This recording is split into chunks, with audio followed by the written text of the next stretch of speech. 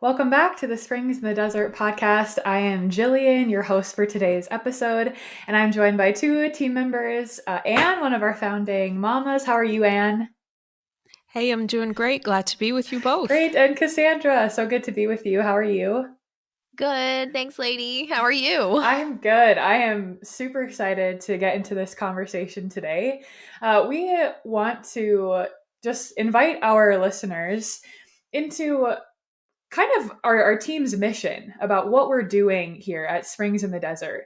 And I think we as a team have learned along the way how many seasons there really are on the path of infertility.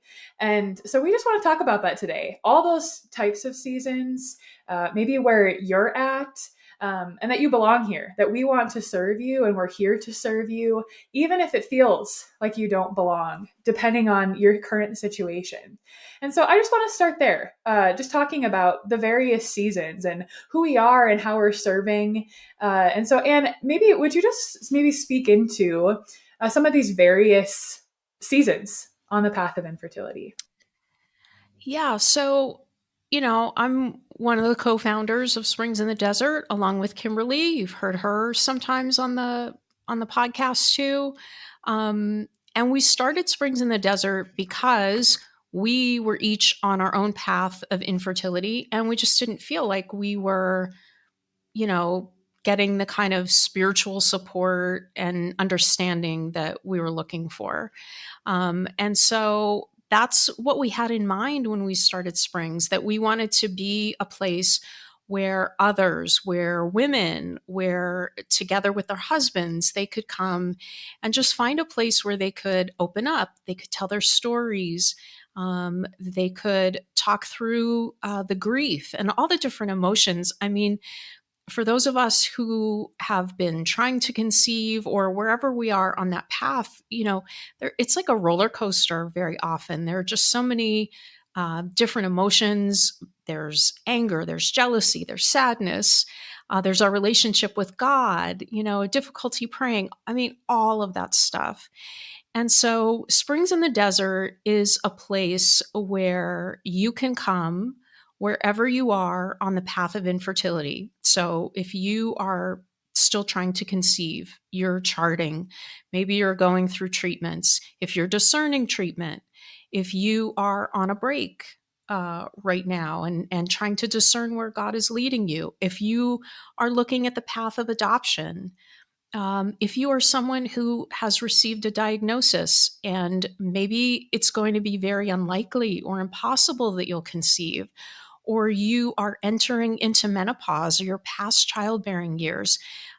So it's kind of that full spectrum of the experience, regardless of where you are. I think there are a lot of emotions that you're likely dealing with. There's the spiritual component, definitely. Like, okay, God, like, what are you doing? What, who am I? What does my marriage mean? Our relationships with our husband, with our family members, our friends. And then, I mean, and this is the thing that I think we really try to emphasize at Springs in the Desert, is what fruitfulness is God calling us to right now? Whether we end up having biological children or adopting, we're still called to fruitfulness. We're called to bring life into the world. And I mean, we all know that this world needs it. Like the world needs the kinds of gifts and fruitfulness that we can bring into the world. Yes, and that is so helpful, I think, to recenter even as a team to serve better when we have this focus on fruitfulness and also on Christ, and that those two things are not mutually exclusive. That they're very intertwined, and that Christ gave us this calling, and if we focus on him and his desires for our life, he will have a calling to fruitfulness in various ways. But yeah, I think you also really spoke to the fact that there are so many seasons, and sometimes depending on someone's season of life, it might feel like you don't belong in a community that's struggling with infertility. And I'm thinking of many different seasons, perhaps someone who's experiencing secondary infertility, where they might have one or two biological children at home and have not been able to conceive for a period of time. Or perhaps someone who is post hysterectomy. Maybe Cassandra, you could speak into that a little bit, or someone who's in menopause, or just, yeah, like just in general, they know because of some sort of diagnosis that they will not be able to conceive. That, sort of what is this balance between hope and the acceptance of what we have? So Cassandra, I'm curious if you can relate to that. Sort of like, do I fit in here? And what that maybe look like for you? Yeah, I've told this story on the podcast before and exactly knows what I'm going to say. Yep. So I found out about Springs when I was already post hysterectomy. In my mind, it's kind of funny, like weird in a way, to be part of this infertility ministry because I don't have this experience or memory of like really walking the path of infertility. You know what I mean? And I know because of just some memories I have and things that other people have reminded me of that I was like wondering why this hadn't happened yet for us, but my life was also crazy at the time. There was a whole bunch of stuff going on. But anyway, I have my surgery after being diagnosed with cancer, so it was all over very, very quickly.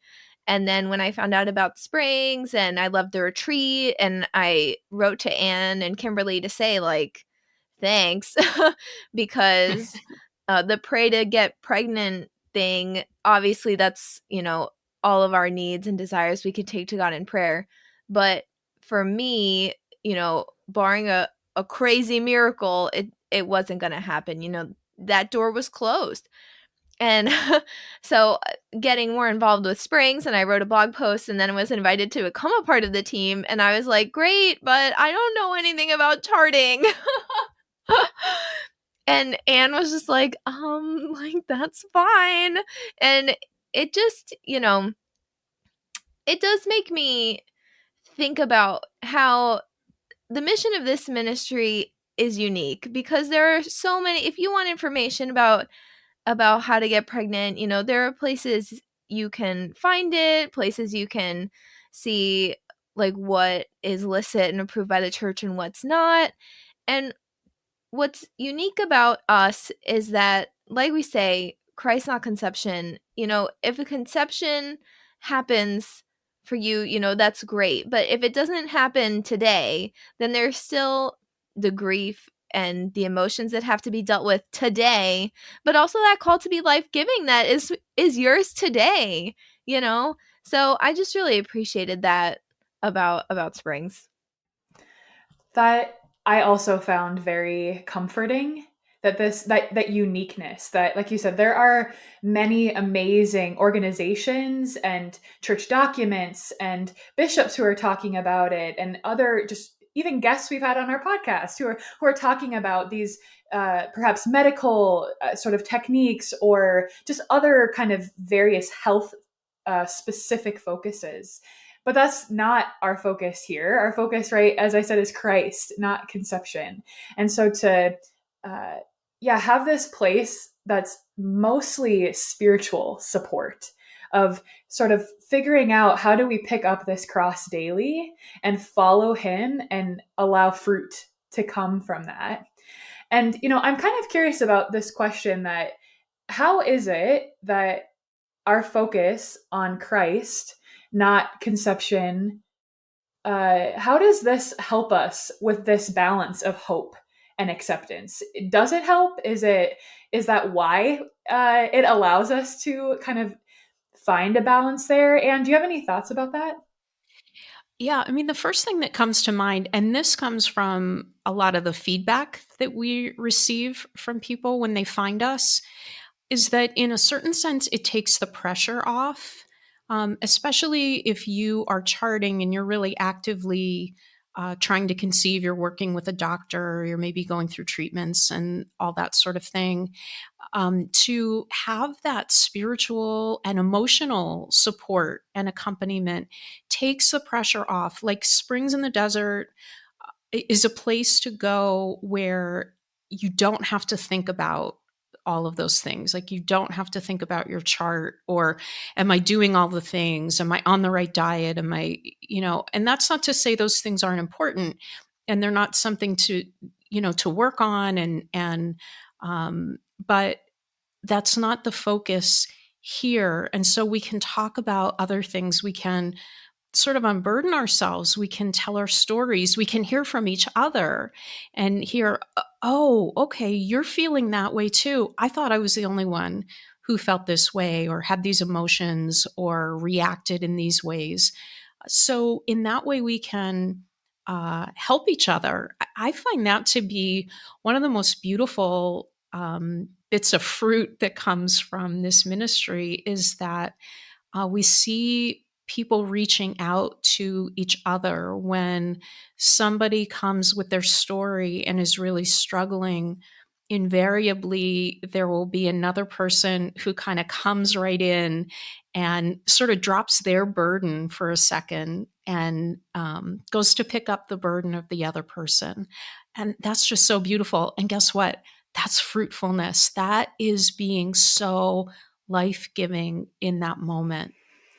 Yeah, I love what you said there because I think sometimes I discount the ways that I'm fruitful because it doesn't look like the quote unquote fruitfulness that's often talked about. And so I think just asking the Lord to open my eyes to the ways that He's calling me to be fruitful or the ways that I was fruitful that day can be really helpful because it's surprising sometimes the opportunities He's given me that I took or maybe I missed that He's saying, this is what I'm asking of you today, or in this season, this is what I desire for you to give and for the way for you to be fruitful. And I think there's perhaps more to be said too, that about this idea of acceptance of our season.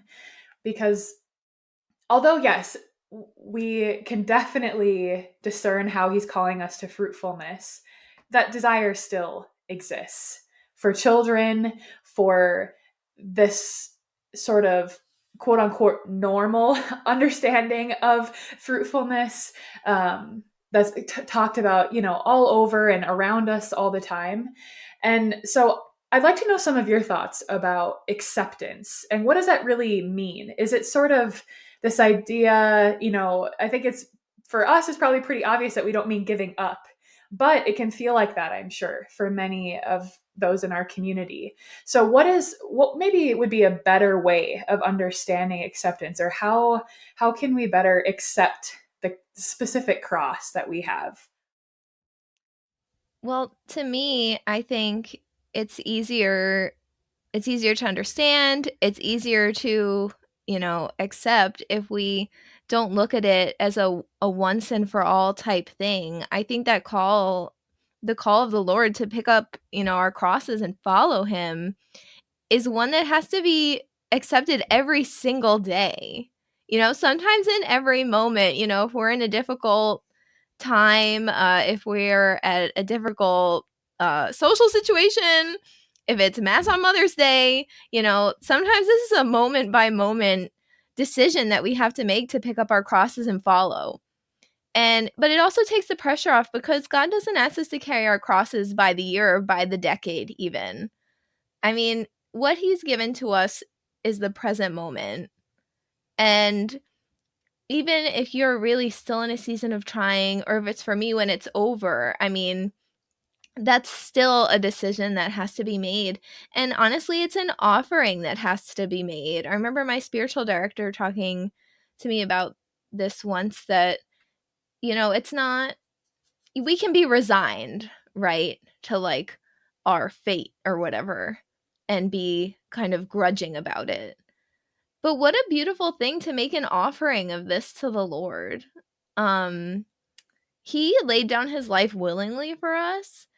And he doesn't ask most of us to do that in the literal physical sense of laying down our lives, but we still have things that we can say, God, today, this is yours. You know this desire of my heart. Today hasn't been the day for it. So I'm giving it to you, and let your will be done with it. And I think that's an easier way to think about acceptance. Don't put the pressure on yourself to say, like, this is it. I have reached acceptance and, my life is over and it's never going to happen. No, no. Find that peace and joy in making that offering to him today. Yeah, and I think to add on to that, and I love that you said that, Cassandra, and you said it earlier too, this idea of like today. Where am I today? What's happening today? What can I do today?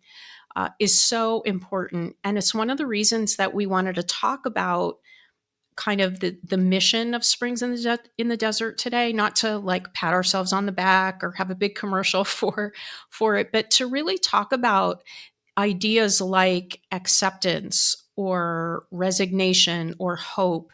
Because I think sometimes people think that maybe they think they don't belong in this community because they think, well, I'm not at the end of the road yet. I'm not ready for acceptance. And so, like you said, Cassandra, acceptance is something that happens every day, sometimes every moment. So maybe it's, okay, my period came today. All right. I mean, I have to accept that. There's no way to change it. Okay, so what does that mean for me today? Feel the feels, feel the emotions, be sad, whatever it is, feel it, and then say, okay, this is what I have for today. But tomorrow is another day. Tomorrow is another step on the path. And so I think if we look at acceptance in that way, rather than in terms of some kind of finality, you're right. I think it does take the pressure off. And then I was thinking about this idea of sort of resignation, which I think entails a kind of like maybe bitterness or anger, like this is it, it's over. And that's also natural. I mean, I've gone through it. I'm sure a lot of us have. And it's tough when we're trying to come to terms, especially for somebody like me who is also at the end of the road. But I really believe, and it is at the core of our mission here, that kind of resignation, that bitterness, that anger, the sadness, all of it can be healed into something really beautiful. I think that God can take that, and as we've been talking about, can show us that there's still beautiful fruit and opportunities to give life that come through that. I am really resonating with this idea of a daily acceptance because I think that that is the balance between this hope and some of the more negative feelings that can come from acceptance. That if we realize that we only have the present, we only have today. Yeah. And I know I often live in the past and in the future, but I only have this moment. And so to just accept right now, I think is the key. And I think too, to kind of bring this back around to our focus on Christ, that someone said to me recently, Christ didn't run to Calvary. He walked, likely slowly, and he fell and he accepted help along the way. And he to the best of his ability talked to people along the way who met him and tried to alleviate some of that suffering the best that they could and to show him charity. And I think that that is a really great example of why we focus on Christ, that he shows us how to suffer well. And although, because he's God, he can do it so much better than we can, he was also man. And so we can draw so much from him and his example. And he's pouring out the graces in the sacraments to allow us to suffer even better each day. So I really love this idea of daily picking up this cross that you've both mentioned. Um, and I think because although we have seasons in the church like Lent where we're talking about Christ walking, we can pray with that at any time during the year and look to his example and the crucifix every time we're at mass to remember that. It's just a really beautiful way that we can remind ourselves about this cross. Yeah, and if I could just also add that Christ not only teaches us how to suffer, but he teaches us who we are, and he tells us that he has abundant life for us. And so we can look to him, we can look to the cross, and we can accept and surrender. But I think maybe this is the harder thing sometimes, also to accept the gifts that he is giving to us today. And I think this is really important to accept who we are as his children, made in his image and likeness, made for love, made because he loves us. And so I think sometimes for me, that's a difficult thing to accept. Like, Lord, do you really love me? Do you really have good things for me? And the answer is unequivocally for each and every one of us, yes. Yeah, that is so true. And I need to pray with that and remember that. And I think before we close out today's conversation, I think it's helpful now to kind of go back to the beginning of this conversation and really just encourage our listeners that they belong here, that no matter where they're at on the path of infertility, they belong. I know, speaking from my personal experience, having lost two children in miscarriage for a long time, and then yeah, experiencing several years of infertility after that, not really feeling like I belonged in a space like this because of our situation, that we have two intercessors and we experience some things that many women are praying for every day. And so it could be difficult for me sometimes. And now finding myself on the team has been a really beautiful journey. But I'm wondering if either of you have any more thoughts about just this idea of belonging, and if anyone, maybe some encouragement to anyone in our community who doesn't feel like they belong. Yeah, to encourage them that they belong here. Yeah, Jillian, you and I have talked about this before. I think it was on a Mother's Day retreat back in 2022. I think so. That we were just talking about how God is eternal, right? And God is life. And I think there's a connection between that. Like, we understand that our desire to be life-giving is also eternal in this sense. So if you're a person who is walking with secondary infertility, it's not my experience, but don't try to talk yourself out of what you need, that support that you need, and that we are here and offering to you. And if you made it this far in the podcast, maybe you're not, but maybe you know someone else who doesn't feel like they have the right to look for support, or that they don't belong in a community like this. And it's just not true. There's really not like a cap on how many children you should or shouldn't have in order to not have certain feelings. And I think we all understand that. But yeah. Yeah, I also want to say that way back in 2019, when we did our very first retreat for women, we had a woman come to us who was probably in her early to mid 60s, I think.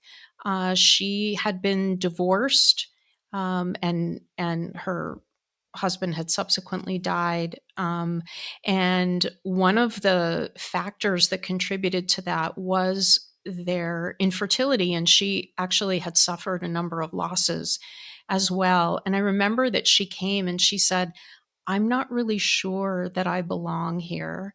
And we just assured her that she did, because her grief and her experience was just as valid as any one of us in that room who maybe were still trying to conceive. And so we really do mean it that wherever you are on that path, you are welcome, and we will be a friend and listen and minister to you the best that we can. And I think that we can all minister to each other as a community, especially when we come with open and generous hearts. That's sometimes difficult, because if you're somebody like me who has never conceived and you're talking with somebody who's maybe dealing with secondary infertility, I mean, we get it. Like, there's a lot of feelings there, and it can be difficult. But I think if we can approach each other with generosity, and know that, nobody's trying to hurt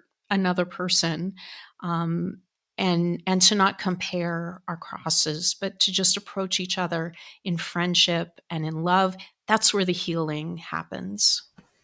Amen. Amen to all of that.